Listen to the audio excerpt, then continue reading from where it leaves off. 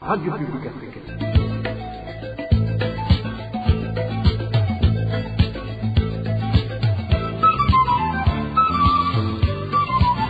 Radio Publique Africaine.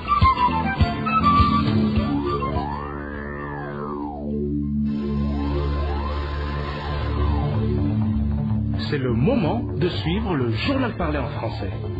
À la présentation, Éloge Divin, les méchants. Merci d'écouter la radio publique africaine. Bonsoir et bienvenue dans le journal de ce 5 juin 2026. Tout de suite, les principaux titres.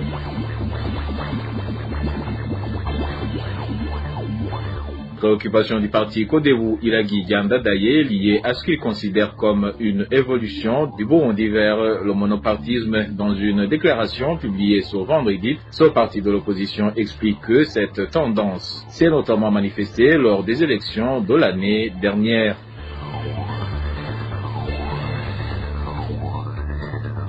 Et puis différentes formes de violation des droits humains ont continué à être commises au cours du mois de mai dernier. Cela ressort des rapports mensuels sortis par les organisations ACAT Burundi et le mouvement des femmes et filles pour la paix et la sécurité au Burundi.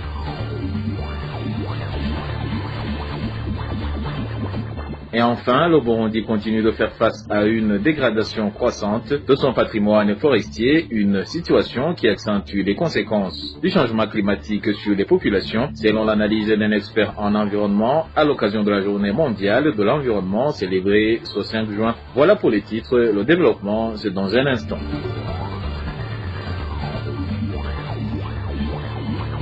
Oh bonsoir, démarrons ce journal par la page droits de l'homme. 7 personnes ont été tuées, 5 portées disparues et 4 autres victimes de violences au cours du mois de mai dans différentes localités du Burundi. Ces chiffres figurent dans un rapport publié par l'ACAT Burundi qui estime que la situation des droits humains reste préoccupante dans le pays. Je vous propose d'écouter Judith Vasutama, elle est la chargée de la communication au sein de l'ACAT Burundi. 7 personnes ont été retrouvées mortes dans différentes régions du Burundi. Les circonstances de ces décès révèlent un niveau de violence particulièrement préoccupant. Certaines victimes ont été tuées à coups de machette ou de gourdin, d'autres ont été étranglées ou abattues par balles. Mais un autre constat qui retient l'attention est qu'aucune enquête n'a été ouverte sur les 7 homicides recensés durant le mois. Même dans le cas où un agent de la police nationale du Burundi est cité parmi les auteurs présumés, aucune poursuite n'aurait été engagée. Le taux d'ouverture des enquêtes est donc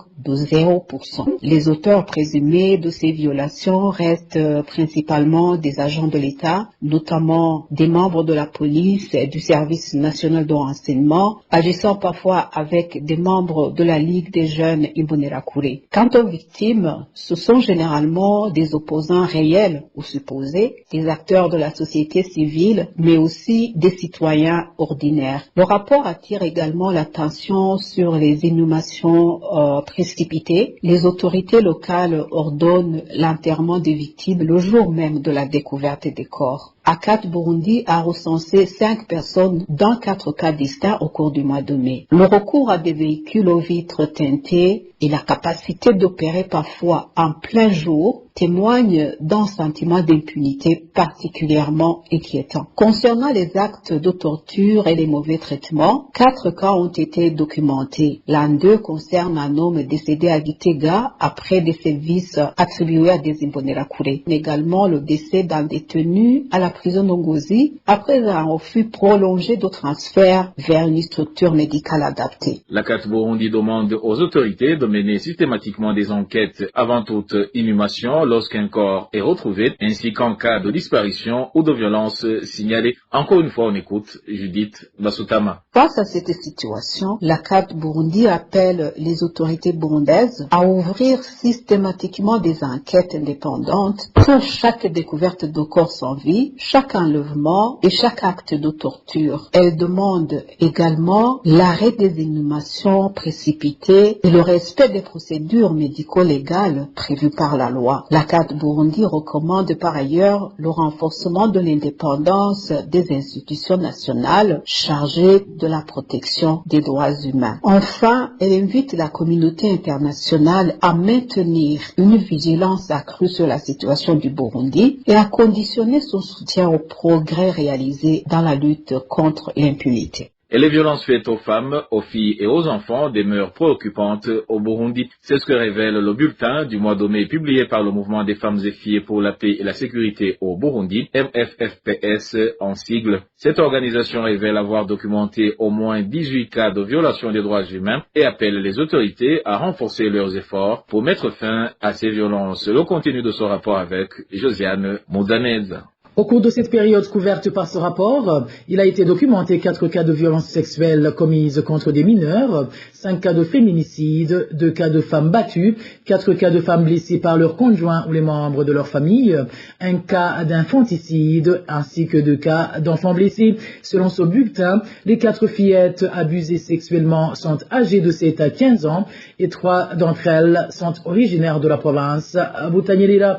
Quant aux 5 femmes victimes de féminicide, les 2 ont été tuées en province Gitega, 2 autres en province Bujumbura et la 5e à Burunga. En plus du fait que ce mouvement souligne l'augmentation des violences conjugales, il déplore que des enfants continuent à en faire les frais, à l'instar de 2 fillettes âgées de 10 et 11 ans originaires des provinces Bujumbura et Butanyerera, battues violemment par leurs parents jusqu'à ce qu'elles soient évacuées dans des structures sanitaires.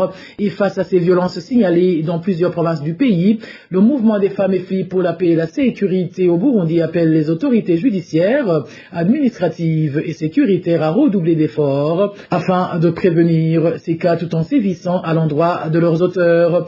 Il a également été demandé à ce que les victimes soient protégées et reçoivent une prise en charge adéquate ainsi qu'un accompagnement psychosocial médical. Et Faustin Ndikumana, président de l'organisation Parsem, dénonce ce qu'il qualifie de montage destiné à faire arrêter ou persécuter des citoyens innocents. Il cite notamment le cas des armes découvertes le mois dernier dans Sombisco, situé en commune d'Ongodi, une affaire qui a conduit à l'arrestation de 6 de ses employés. Faustin Ndikumana demande leur libération, estimant qu'ils sont victimes d'une machination. En date du 17 mai 2026, un incident grave s'est produit dans ma propriété située en commune Ngozi, quartier Kinyami, habitant un snack bar nommé Butanyerera Snack Bar. C'est un incident d'une gravité extrême car il est lié à un plan sciemment conçu pour me faire arrêter et me coller une fausse et grave accusation de détention illégale d'armes à feu, avec toutes les conséquences que cela comporte. Dans ce quartier où se situe ce snack bar, il y avait une coupure d'électricité qui persistait depuis une semaine. Et au moment où j'étais en contact avec le directeur général de la régie des eaux pour régler ce problème, un malfaiteur a profité de cette obscurité pour introduire et déposer un fusil Kalachnikov, un sac contenant une grenade, une tenue militaire et des bottines militaires. Alors, sur le dire des informations recueillies ici et là, le plan consistait à organiser, ces malfaiteurs devaient arrêter la police pour organiser une fouille et perquisition à l'aube pour saisir ces armes et commencer à crier haut et fort que M. Faustin Ndikumana détient illégalement des armes dans sa propriété. Mais le paradoxe réside dans le fait que ces jeunes gens employés ont été incarcérés. Jusqu'à ce jour, aucune charge ne fait assurée, ni dans le PV de l'OPG, ni à travers le comparaison devant le procureur général de la République en gros. Ces jeunes viennent de passer plus de 15 jours. Incarcérés injustement au parti de la police judiciaire. C'est pour cela que je condamne avec la plus grande énergie ces esprits égarés au comportement et méthode de bas étage dans notre âge. Je lance un vibrant appel au président de la République lui-même, au ministre de la Justice, au procureur général de la République, ainsi qu'au cadre de la police du service national de l'enseignement, qu'ils se visent contre ces rôles de la loi. Je demande la libération immédiate de ces jeunes gens incarcérés injustement, et dont la plupart viennent de terminer les études universitaires et secondaires. Ces jeunes gens tirés du chômage qui occupait des fonctions, gérant, comptable, caissier, comme ça, sécurité, propriété, qui sont les casseurs qui sont en train de gagner honnêtement leur vie. Je demande particulièrement au procureur général d'agir en toute indépendance, de ne céder à aucune pression éventuelle, ces ennemis de la nation qui agissent par ignorance, des fois, idiotie ou cynisme, même par haine ou par méchanceté. Poursuivant ce journal par la page politique, le parti Codebu Hilary Diandadaye se dit préoccupé par ce qu'il considère comme une évolution du Burundi vers un régime de parti unique. Dans une déclaration publiée ce vendredi, son président Kefa Nivizi affirme que cette tendance s'est notamment manifestée à travers les irrégularités observées lors des élections de l'année dernière. Selon lui, un régime de parti unique favorise les violations des droits humains et la défense d'intérêts partisans au détriment de l'intérêt général. Suivez Kefa Nivizi, il est le président du parti Codebu Hilary Diandadaye. La date du 5 juin 2025 a marqué l'éteinte de l'activité démocratique au Burundi, qui était en souffrance depuis plusieurs années, et le retour au monopartisme forcé à travers des élections tellement frauduleuses et discriminatoires qu'elles ne peuvent même pas être comparées aux élections communales de novembre 1960 remportées par le parti PDC après exclusion du concurrent principal, le PS Louis Rwagasore, et des fraudes massives. La journée du 5 juin 2025 se réveille avec le bourrage des urnes. Les mandataires des partis politiques de l'opposition furent chassés, la population forcée à voter pour le parti au pouvoir. Le retour au monopartisme fut savamment préparé. Les principaux partis de l'opposition ont été déstabilisés. Le monopartisme forcé a des conséquences fâcheuses sur le pays et sur toute la population, car il se crée et se maintient par des pratiques qui vont à l'encontre des vérités du Bugabo ou du Shingantahe, qui violent les droits de la personne humaine et qui continuent à hanter la conscience de toute l'humanité. Kefa Nivizi appelle les acteurs politiques à s'opposer à tout retour du parti unique et invite les citoyens à défendre leur droit à choisir librement leurs dirigeants. Encore une fois, on écoute Kefa Nivizi. Le parti Codebu invite la classe politique burundaise de ne pas être cet élève qui triche les erreurs et en copie le pire. Le Burundi avait été en cas de corps de résilience après une longue crise de déchirement sociopolitique grâce à l'esprit de l'accord d'Arusha et devrait conserver les acquis du dialogue et de la démocratie pour sauvegarder la stabilité à moyen et à long terme. Le parti Codebu invite la population de ne pas céder à la résignation et à l'individualisme, mais de s'unir comme un seul homme pour reconquérir les droits inaliénables, de mettre en place librement des institutions qui vont gérer les impôts, les taxes, ainsi que d'autres ressources nationales pour réduire la pauvreté et le chômage et garantir une justice équitable et le respect des droits humains. La population devrait prendre conscience que quiconque s'impose pour gérer ses biens cherche ses intérêts égoïstes et devient la source de la misère dans laquelle elle est plongée et devrait ainsi prendre toutes les dispositions conséquentes dans le titre de la Constitution et d'autres lois burundaises. Et en page de gouvernance, la réhabilitation de la société sucrière du Mosso, la Sosumo en sigle, ainsi que la construction d'une nouvelle usine nécessiteront près de 70 millions de dollars américains. Ce sera déclaré mercredi dernier le ministre du Commerce et de l'Industrie devant l'Assemblée nationale. Selon Hassan Kibeya, ce projet combinera la modernisation des installations existantes et la mise en place d'une nouvelle unité de production.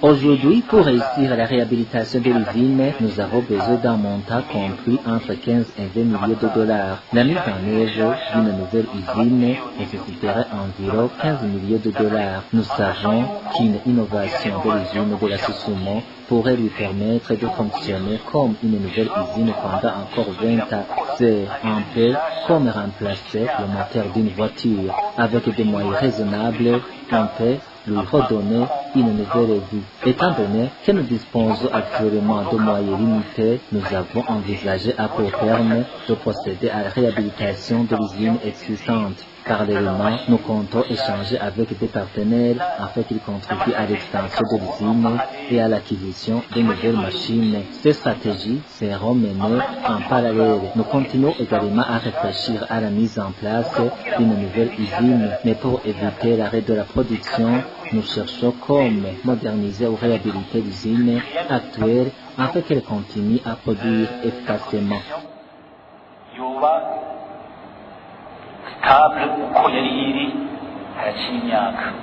Selon le ministre Hassan Kibeya, les travaux pourraient s'étendre sur une période maximale de 5 ans. Il estime toutefois que ce délai pourrait être réduit en fonction de l'engagement des partenaires du projet. Je vous propose encore une fois de l'écouter.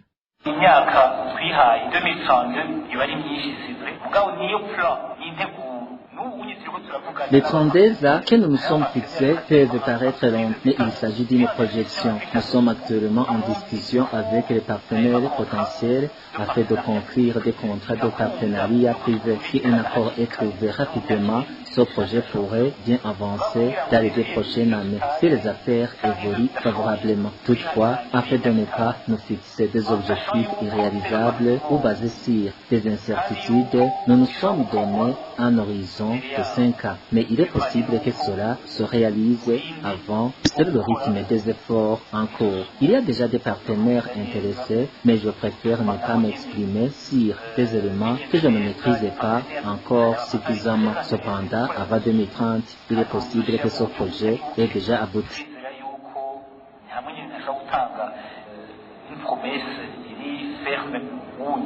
Mais même avant 2030, le président de l'Assemblée nationale, Daniel Gelaz Ndavirave, a pour sa part plaidé pour des réformes touchant également la gestion des ressources humaines afin d'améliorer les performances de l'entreprise. Une courte pause et nous poursuivons ce journal avec l'actualité liée à l'environnement.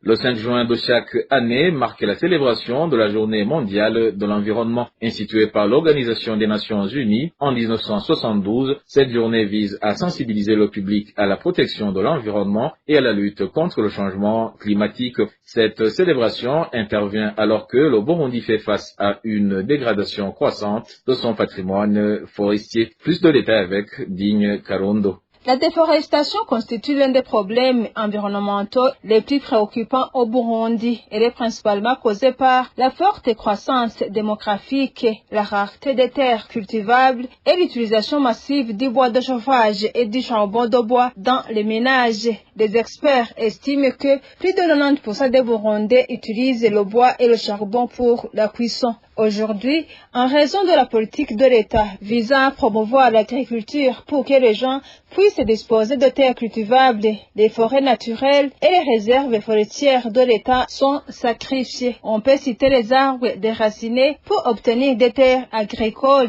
des réserves forestières détruites, par exemple dans la commune d'Ongozi, pour mettre en place un projet de plantation d'avocatiers. Les arbres de la forêt de Kibira qui sont abattus pour gagner des surfaces cultivables, les arbres du Mohéa qui sont exploités pour la production du charbon de bois, de planches et d'autres produits forestiers. On peut également citer les arbres de la forêt de Kibira situés dans la partie de Tibitoke qui sont menacés et coupés pour l'exploitation de l'or. Si les forêts ne sont pas protégées, leur disparition entraîne de nombreuses conséquences sur la vie des populations. Parmi celles-ci figurent l'érosion des sols, la sécheresse, les inondations, la chaleur excessive, le changement climatique, manque d'air pur ainsi que des vents violents et des tempêtes.